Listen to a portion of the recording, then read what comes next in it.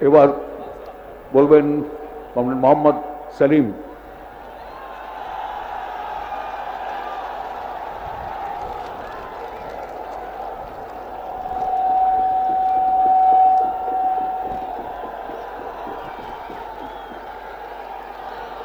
সাথী সভাপতি,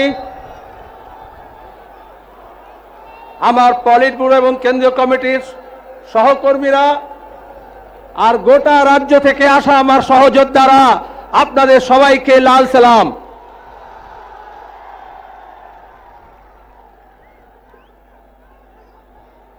আমাদের প্লেনাম, সেই উপলক্ষে আমরা এখানে জড়ো হয়েছি। আমরা সবাই লড়াইয়ের ময়দান থেকে উঠে এসেছি। বামপন্থী সংগঠনরা মানুষের দাবি নিয়ে আমরা জাঠা করছিলাম।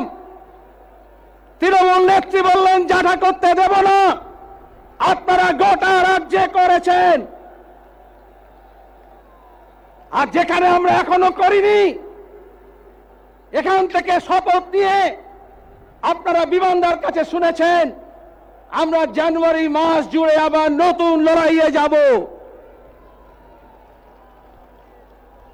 আমরা এখানে ক্ষমতা দেখাতে আসিনি, আমরা এখানে বাংলার বুকে জল্লাদ বাহিনীর ক্ষমতাকে চ্যালেঞ্জ করতে এসেছি।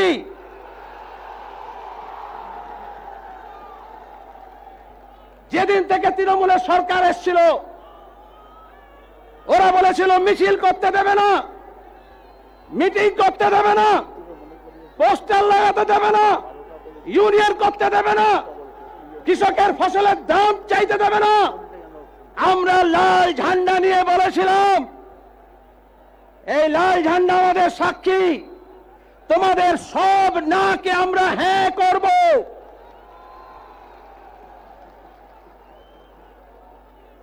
সন্ত্রাসের বাতাবরণ তৈরি করেছিল আজকে এই জমায়েতে, যাতে আমাদের কমরেডরা আসতে না পারে। এই যে দেখছেন উৎসাহেরা ঢুকছে, সকাল থেকে গঙ্গার ফেরি বন্ধ করে দিয়েছে। কমরেডরা হেঁটে পার হয়েছেন ব্রিজ, কিন্তু মাঠে এসছেন। কোলাঘাটে রাস্তা অবরোধ করে দিয়েছিল, তারপরও কমরেডরা এসছে আর আসছে। উত্তর থেকে যে মিছিল আসছিল, বাস সেন্ট্রাল এভিনিউতে বাস ঘুরিয়ে দিয়েছে, আটকে দিয়েছে। কমরেডরা, মহিলারা হেঁটে হেঁটে এসছেন, কিন্তু ব্রিগেডে পৌঁছানোর চেষ্টা করেছেন। পূব দিকে শিয়ালদার মিছিল, এদিকে ঢুকতে দিল না। এখনো মিছিল আসছে, এ মিছিল শেষ হবার না। যেমন লাল ঝান্ডা শেষ করা যায় না, লাল ঝান্ডার মিছিল শেষ করা যায় না। চা বাগানের শ্রমিক অনাহারে মারা যাচ্ছে পাহাড়ে, আর মমতার হোর্ডিং বলছে পাহাড় হাসছে। রাজ্য সাক্ষী, পাহাড় হাসছে কি পাহাড় কাঁপছে। আদিবাসী শ্রমিকরা এত সহজে অনাহারে মারা যায় না। চা বাগান বন্ধ, সরকারি চা বাগান বন্ধ। তৃণমূলের এমপি, রাজ্যসভার কেডি সিং, তার চা বাগানের শ্রমিকরা মাইনে পাচ্ছে না। মুখ্যমন্ত্রী তামাশা দেখছেন, কৃষক ফসলের দাম পাচ্ছে না। আলু চাষি বর্ধমানে আত্মহত্যা করছে, বাংলার মানুষ কখনো শুনেছিল? কৃষকের আত্মহত্যা আসতে, জুট মিল কারখানা বন্ধ হচ্ছে, বন্ধ কল কারখানা খোলার বদলে নতুন নতুন কল কারখানা বন্ধ হচ্ছে। আর এই বুদ্ধদার আমলে আমাদের রাজ্যে শিল্পায়নের জন্য যে কটা কারখানা হচ্ছিল, হতে যাচ্ছিল, তারা সবাই মুখ ফিরিয়ে নিয়েছে। আর মমতা ব্যানার্জি মেলা করার নাম করে বিশ্ব বাংলা সম্মেলন করছেন। কোথায় কারখানা? মুড়ি ভাজা, তেলে ভাজাকে শিল্প বলে চালানোর চেষ্টা করছেন।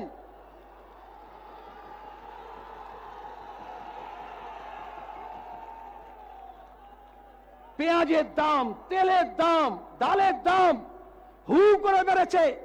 মধ্যবিত্ত মানুষ পর্যন্ত, নিম্নবিত্ত মানুষ, গরিবের তো কথা নেই। নুন আনলে পান্তা ফুরোচ্ছে। তৃণমূল কংগ্রেস কেন্দ্রের সরকারের তেলের দাম বাড়ানোর বিরুদ্ধে কোনো কথা বলছে না, দুর্নীতির বিরুদ্ধে কোনো কথা বলছে না, সাম্প্রদায়িকতার বিরুদ্ধে কোনো কথা বলছে না। কেন্দ্রের মন্ত্রীরা আসলে বিজেপির, আরএসএস বলে দিয়েছে একবার করে মমতা ব্যানার্জির প্রশংসা করে যেতে হবে। আর দিদি বলেছিলেন মোদি ভাইয়ের সঙ্গে কথা বলবো না, কড্ডি হ্যায় আড়ি, খেলবো না। 8ই মার্চ রাজ্য সম্মেলন আমাদের পার্টির। মানুষের লাল ঝান্ডা দেখে দিদি ভয় পেলেন, 2 দিনের মধ্যে ছুটে চলে গেলেন, মোদি ভাই বাঁচাও আমাকে, চাচা আপনজান বাঁচা। চিট ফান্ডের নাম করে টাকা চুরি করেছে তৃণমূল, লুট করেছে তৃণমূলের নেতারা, গন্ডা গন্ডা এমপি, এমএলএ, মন্ত্রী, মুখ্যমন্ত্রী, তৃণমূলের টাকা, গরিব মানুষের টাকা। রিক্সাওয়ালা, ভ্যান রিক্সা চালক, ক্ষেত মজুর, দিন মজুর, টিউশনি করে, ছোট দোকান, হকার, তাদের টাকা। কেউ মেয়ের বিয়ের জন্য টাকা জমা রেখেছিল, কেউ ভবিষ্যতের জন্য, চিকিৎসার জন্য, ঘর বানানোর জন্য। আর তৃণমূল কংগ্রেস পরিবর্তনের নাম করে কিছু দালালদের সামনে রেখে গরিব মানুষকে ধোঁকা দিয়ে সেই টাকা লুট করেছে। আমরা তদন্ত চেয়েছিলাম, সুপ্রিম কোর্ট থেকে তদন্ত লড়ে নিয়ে আসা হয়েছিল। আর এখন মমতা ব্যানার্জি দিদি ভাই গিয়ে মোদি ভাইয়ের কাছে রক্ষা কবচ চাইছেন। ভোটের সময় মোদি ভাই এখানে এসে বলেননি हाथ में 2 ठो लड्डू रहेगा, एक ठो दीदी खाएगी और एक ठो दादा खाएगा। লাড্ডু খাচ্ছেন। মোদি ভাই বললেন, ও দিদি আপনার ছবির টাকা কে দিয়েছিল? আর এখন যখন প্রধানমন্ত্রী হয়েছেন, সিবিআই যখন নোটিশ দিয়েছে 3-4 বছরের তৃণমূলের টাকার আমদানি কোথা থেকে হলো, দেশ বিদেশের কোথা থেকে টাকা এলো, চিট ফান্ডের টাকা, কালো টাকা, লুটের টাকা, তার হিসেব দাও। দিদি ভাই চলে গেলেন মোদি ভাইয়ের কাছে। এখন তো প্রধানমন্ত্রী জিজ্ঞেস করতে পারেন। আর তারপরে দেখলাম পার্লামেন্টে বিমা বিল, গরিব মানুষ বিরোধী আইন একটার একটা পাস হয়ে গেল। তৃণমূলের এতগুলো এমপি দিদি বলে দিয়েছেন স্পিকটি নট। মোদি, অমিত শাহ রেগে যায়, বাবা এমন কোনো কথা বলিস না। একটা মদন গেছে, পরে মুকুল যাবে, পরে আরো অনেকেই যাবে, তারপরে ভাইপো পিসিকে নিয়েও টানাটানি হবে।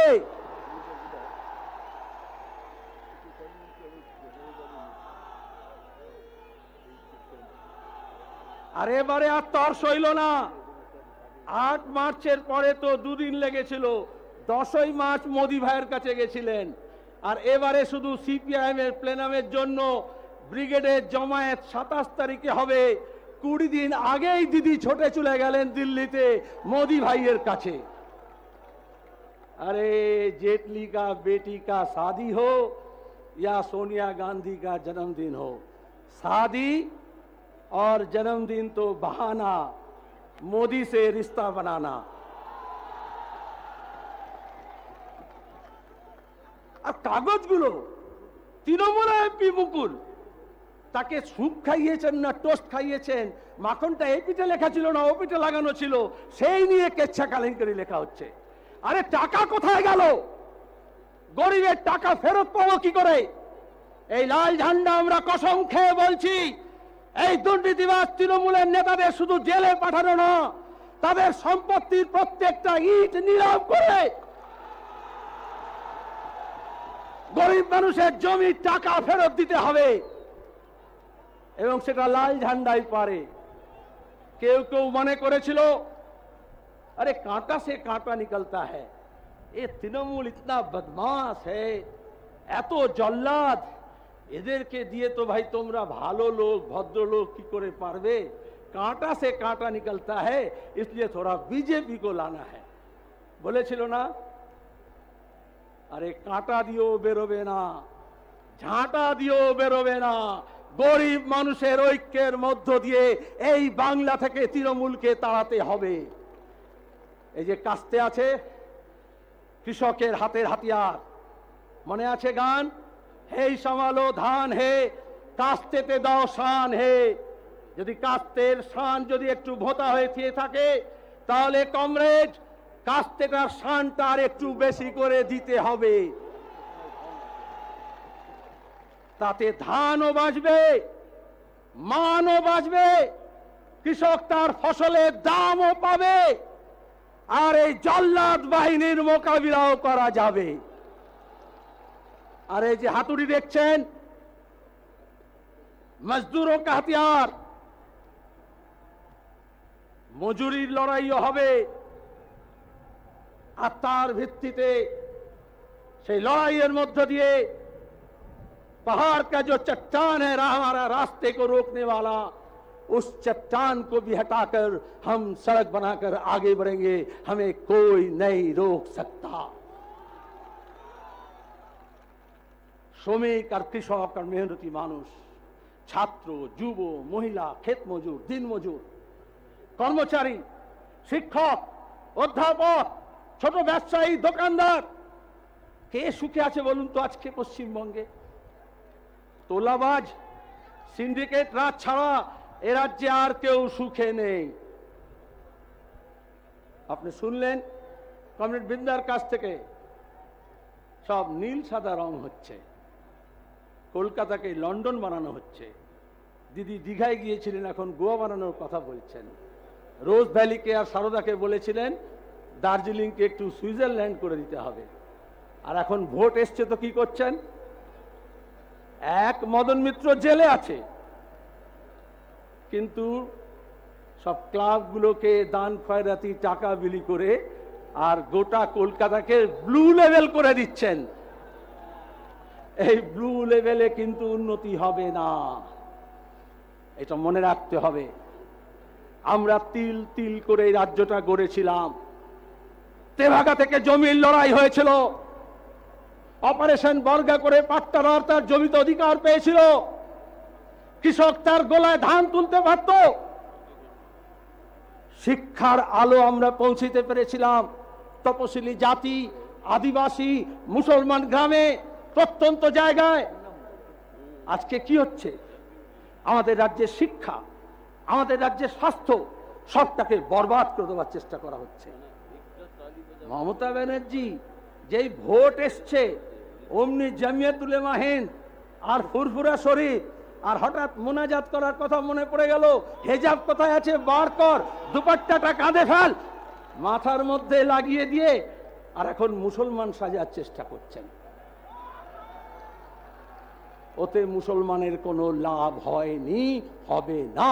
সংখ্যালঘু উন্নয়নের জন্য আমরা যা যা কর্মসূচি নিয়েছিলাম, সে বেকার ছেলে মেয়েদেরকে স্বনির্ভর করা হোক, মেয়েদেরকে তাদের পায়ে হাতে, নিজের হাতে পায়ে দাঁড়ানোর কথা হোক, তাদের হাত কাজ শেখানোর কথা হোক, ঋণের ব্যবস্থা হোক, স্টাইপেন্ড হোক, স্কলারশিপ হোক, এমএসডিপি হোক, সবটাকে বানচাল করে দিচ্ছে। আমাদেরই সমস্ত প্রকল্পগুলোকে নতুন লেভেল লাগিয়ে দিদি নিজের কথা বলছেন, কিন্তু মানুষ কি পাচ্ছে? গরিব মানুষ তার অধিকার কোথায় পাচ্ছে? আমরা চাই এ রাজ্যের গরিব মানুষ, পেছিয়ে পড়া মানুষ, তপশিলি জাতি, আদিবাসী, মুসলমান, এই সব গরিব অংশ তাদের অধিকার পাওয়ার জন্য কোন মুখ্যমন্ত্রীর কাছে হাত পাততে হবে না, দান খয়রাতি করে কখনো আমরা অধিকার পেতে পারি না। আমরা ভিক্ষা চাই না, আমরা শিক্ষা চাই। আমরা দান খয়রাতি চাই না, আমরা কাজের অধিকার চাই। যদি বেকার ছেলে মেয়েরা কাজ পায়, শিল্প কলকারখানা হয়, রোজগার যদি নিজে করতে পারে, তাহলে 1 লাখ 1.5 লাখ টাকা দিয়ে ক্লাব কিনতে হবে না। ওই ক্লাবের গরিব ছেলেরা তাদের নিজের অনুষ্ঠান করার জন্য নিজের চাঁদা নিজে দিতে পারে, নিজের পায়ে দাঁড়াতে পারলে। ওরা স্বনির্ভর থেকে মমতা নির্ভর করছে। बोलছিলাম ना पूरे देश में क्या हो रहा है, सांप्रदायिकता के नाम पर, असहिष्णुता के नाम पर। आप अभी संसद में देखे, राज्यसभा में कॉमरेड सीताराम येचुरी, लोकसभा में मुझे आपने देखा, पूरे देश में जो हंगामा हो रहा है, तृणमूल का भूमिका कहां है? संघ परिवार के खिलाफ, बीजेपी के खिलाफ, केंद्र सरकार के खिलाफ एक लफ्ज नहीं बोलते। वो वृंदा बोली उधर दोस्ती इधर कुश्ती, उसको उर्दू में बोलता है नूरा कुश्ती, WWF, नकल युद्ध। ये दीदी भाई मोदी भाई का युद्ध नहीं है, ये बीजेपी तृणमूल का युद्ध भी नहीं है, ये बंगाल के खिलाफ, लोगों की एकता के खिलाफ ये टीएमसी और बीजेपी का मिली भगत है, जॉइंट वेंचर चल रहा है वो दोनों का। और इसलिए हम लाल झंडा वो दोनों के खिलाफ लड़ सकते हैं, चूंकि हमारे पास सिद्धांत है, हमारे पास वसूल है, हमारे पास नीति है, हमारे पास संगठन है, और हमारे पास नहीं खाकर नहीं पीकर खुद का चंदा इकट्ठा करके हजारों बाधाओं को दूर करके रात जाग करके यहां जो लाखों लोग इकट्ठा हुए हैं, ये हमारे आने वाले जंग के सिपाही हैं, और हम इस सिपाही के बल में इस जंग को जीत सकते हैं। ये लड़ाई हम सिर्फ अकेले नहीं लड़ सकते, तमाम वामपंथी शक्ति को हमें इकट्ठा करना पड़ेगा, जितने धर्म में ताकत है उसे इकट्ठा करना पड़ेगा। आज जो इस मैदान में है, जो इस मैदान में नहीं आ पाए, जो पूरे बंगाल में है, जो बंगाल के बाहर, जो बंगाल की भलाई चाहते हैं, जो इस मुल्क से प्यार करते हैं, जो बंगाल के लोगों की एकता चाहते हैं, वो सबको इकट्ठा करके इसी लाल झंडे के नेतृत्व से हम बीजेपी को भी रोकेंगे और तृणमूल को भी बंगाल से निकाल के खदेड़ेंगे। ये अहद हम लेने आए हैं। जो लोग समझ रहे थे लाल झंडा तो है नहीं, खत्म हो जाएगा, हम उनसे पूछते हैं। कैफी आदमी का एक शेर था, कितने बाजू कितने सर, कितने बाजू कितने सर, गिन ले दुश्मन ध्यान से, हारेगा वो हर बाजी गर खेले हम जी जान से। और जब हम जी जान से खेलने के लिए मैदान में उतरे तो दीदी जाकर के मोदी भाई के पास वो दिल वाले रिलीज होने से पहले ही बोले, क्या बोले मालूम है? रंग दे तू मोहे गेरुआ। आवार उनका हरा से नहीं हो रहा है, उधर जाके रंग दे मुझे गेरुआ, और इधर आकर के कहते हैं हम दुआ मांग रहे हैं मुसलमान। अरे हिंदू मुसलमान के जज्बात को मत छेड़ो। पूरे मुल्क में हम ये देखे हैं, धर्म के नाम पर, सांप्रदायिकता के नाम पर वोट इकट्ठा किया जाता है, लेकिन लोगों की एकता टूट जाते हैं, हमारा शांति, हमारा अमन खत्म हो जाता है। अगर लड़ना है हिंदू मुसलमान सिख ईसाई आदिवासी ब्राह्मण, हम सब पूरे बंगाल में लाल झंडा ये ताना बाना बनाया है, हम सब मिल करके लड़ेंगे, हम लड़ेंगे, हम कुर्बानी देंगे, हम जीतेंगे। इनकलाब इनकलाब, CPIM जिंदाबाद, बीजेपी हटाओ, बीजेपी हटाओ, तृणमूल तराओ, तृणमूल तराओ, इनकलाब। शुक्रिया।